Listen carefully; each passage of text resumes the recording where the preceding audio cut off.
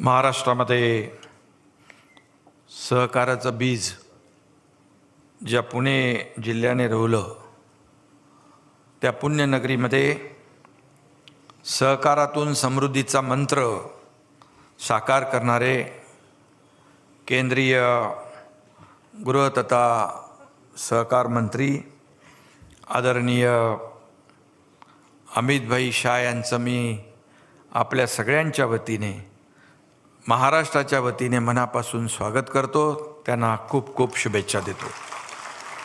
आजच्या या कार्यक्रमाला उपस्थित केंद्रीय राज्यमंत्री राज्यमंत्री BL वर्माजी, राज्याचे लोकप्रिय उपमुख्यमंत्री देवेंद्र फडणवीसजी, राज्याचे आपले दुसरे उपमुख्यमंत्री अजितदादा पवारजी, सहकार मंत्री दिलीप वळसे पाटीलजी, राधाकृष्ण विखे पाटील, आपले पालकमंत्री चंद्रकांतदादा पाटील, सहकारिता सचिव भारत सरकार ज्ञानेश कुमारजी, विजय कुमारजी, राजेश कुमार आमचे अतिरिक्त मुख्य सचिव सहकार, उपस्थित सर्व खासदार, आमदार आणि सर्व मान्यवर आणि पत्रकार मित्रांनो, आजचा अतिशय हा आपल्या महाराष्ट्राच्या आणि सहकार्याच्या दृष्टीने अतिशय एक महत्त्वाचा आणि आनंदाचा दिवस आहे असं म्हटलं तर वावगं ठरणार नाही. कारण अमितभाईंनी सहकार मंत्री झाल्यानंतर अनेक क्रांतिकारक निर्णय या सहकार विभागामध्ये घेण्याचं धाडस केलेलं आहे.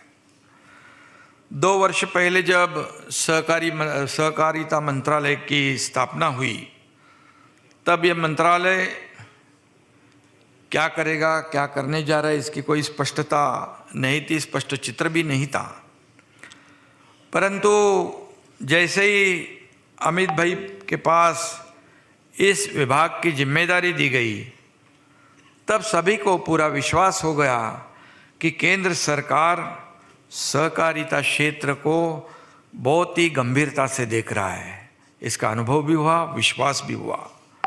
सहकारिता और सहयोग जैसे गुण अमित भाई के स्वभाव में ही है, और इसलिए मैं ये कह रहा हूँ कि NDA में शामिल सभी दलों का तालमेल बनाए रखना, अलग अलग नेताओं को एक विचार और एक सूत्र में बांधना और सबको जोड़कर देश के हित के प्रति विचार करना, इसी को सहकारिता कहा जाता है और वही अमित भाई कर रहे हैं.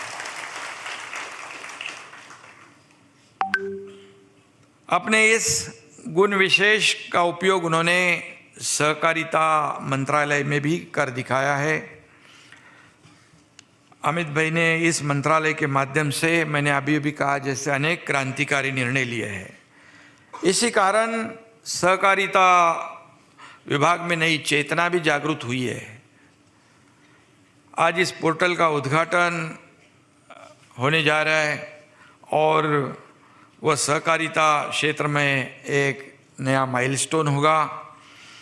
इस नए पोर्टल के कारण आवेदन की स्थिति, नोटिस, आदेश, सोसाइटी के प्रमाण पत्र और अन्य विवरण आसानी से उपलब्ध होंगे. इससे जनता को, किसानों को काफ़ी लाभ होगा.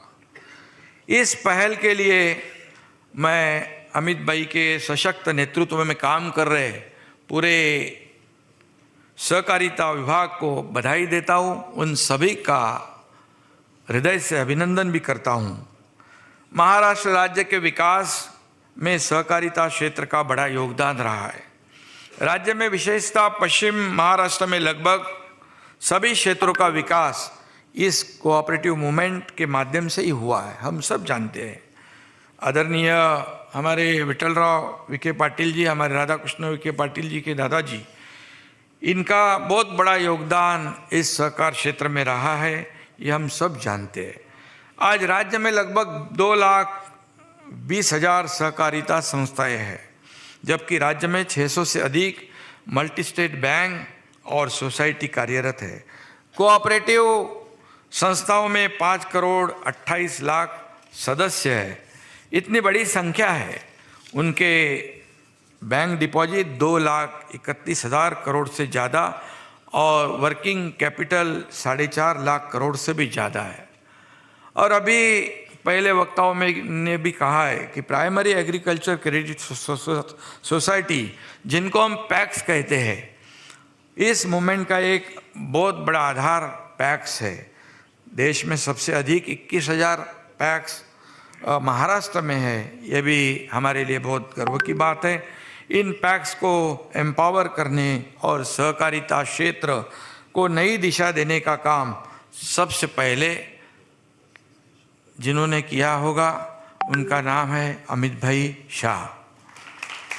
और इस योजना के माध्यम से लास्ट माइल किसान को केंद्र बिंदु मानते हुए ग्रामीण अर्थव्यवस्था को सक्षम करने का क्रांतिकारी निर्णय अमित भाई ने लिया है और यह उनका प्रयास भी है। यह काम सरल नहीं था, क्योंकि कारगर तरीके से चल रहे सहकारिता क्षेत्र में कई गड़बड़ियां भी सामने आ रही थी। कई लोगों ने सहकारिता क्षेत्र का दुरुपयोग व्यक्तिगत लाभ के लिए करना भी शुरू किया था, जिसके कारण सहकारिता क्षेत्र कठिन दौर से गुजर रहा था। जिस तरह किसी भी क्षेत्र में एक समय बीतने के बाद सैचुरेशन आ जाता है, और वैसे ही सहकारिता क्षेत्र में भी हो रहा था। सहकारिता क्षेत्र indiscipline, autocracy, lack of latest technology के कारण थोड़ा पीछे जा रहा था, और इसीलिए इन संस्थानों का राजनीतिक उपयोग भी करना शुरू हुआ था दुर्भाग्य से। पर हमारे आदरणीय प्रधानमंत्री मोदी जी ने सहकार से समृद्धि का जो मंत्र दिया, और आज माननीय अमित भाई के नेतृत्व में सहकारिता क्षेत्र में आमूलाग्र परिवर्तन हो रहा है, ये हमारे लिए बहुत ही, हमारे राज्य के लिए और देश के लिए बड़ी गौरव की बात है। ये भी मैं यहाँ पर कहूँगा। मुझे पता है अमित भाई ने जब एक बार जो ठान ली तो काम को अंजाम दिए बिना वो चैन की सांस नहीं लेते। ये अपने साथ वो पूरी टीम को भी मोटिवेट करते रहते हैं। वो बिना रुके बिना थके अपना काम पूरा करते हैं। कभी भी मैंने तो उनके चेहरे पे कभी भी थकान कभी नहीं देखी। हमेशा काम में, देश के प्रगति में उनको हमेशा मग्न हम सभी ने देखा है। और इसीलिए उनके तथा आदरणीय प्रधानमंत्री मोदी जी का उनका उत्साह देखकर हमें भी अपना काम को और बढ़ाना चाहिए और ज़्यादा काम करना चाहिए। और प्रधानमंत्री और अमित भाई का जो बहुत अच्छा समन्वय, बॉन्डिंग, अपने आप में एक अपने सहकार और सहयोग का एक आदर्श प्रतीक है, ऐसा कहूँ तो भी गलत नहीं होगा।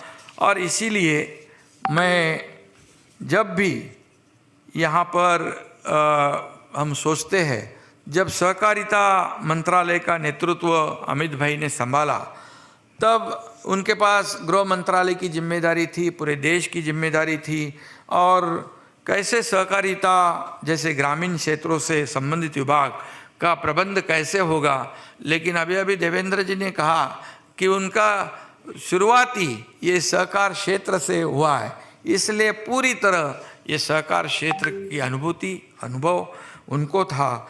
और अभी हमें पता चल रहा है कि सहकारिता क्षेत्र के लिए अमित भाई जैसे मजबूत व्यक्ति का नेतृत्व वरदान सिद्ध हुआ है। ये उनके काम से, उनके कार्य से, उन्होंने लिए हुए निर्णय से हमें दिखाई पड़ रहा है। केवल 25 महीनों में 45 ऐसे निर्णय उन्होंने लिए जिसके कारण सहकारिता क्षेत्र में उल्लेखनीय उत्थान हो रहा है, प्रगति हो रही है, ट्रांसपेरेंसी आ रही है। ये हमारे देश के लिए, हमारे राज्य महाराष्ट्र के लिए बहुत बड़ी गौरव की बात है।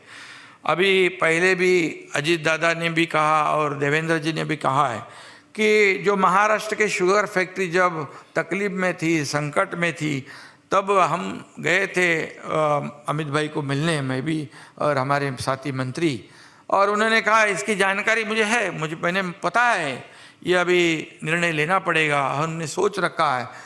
आपको बताऊंगा कि 10,000 करोड़ रुपए इनकम टैक्स माफ करने का बड़ा ऐतिहासिक निर्णय लिया।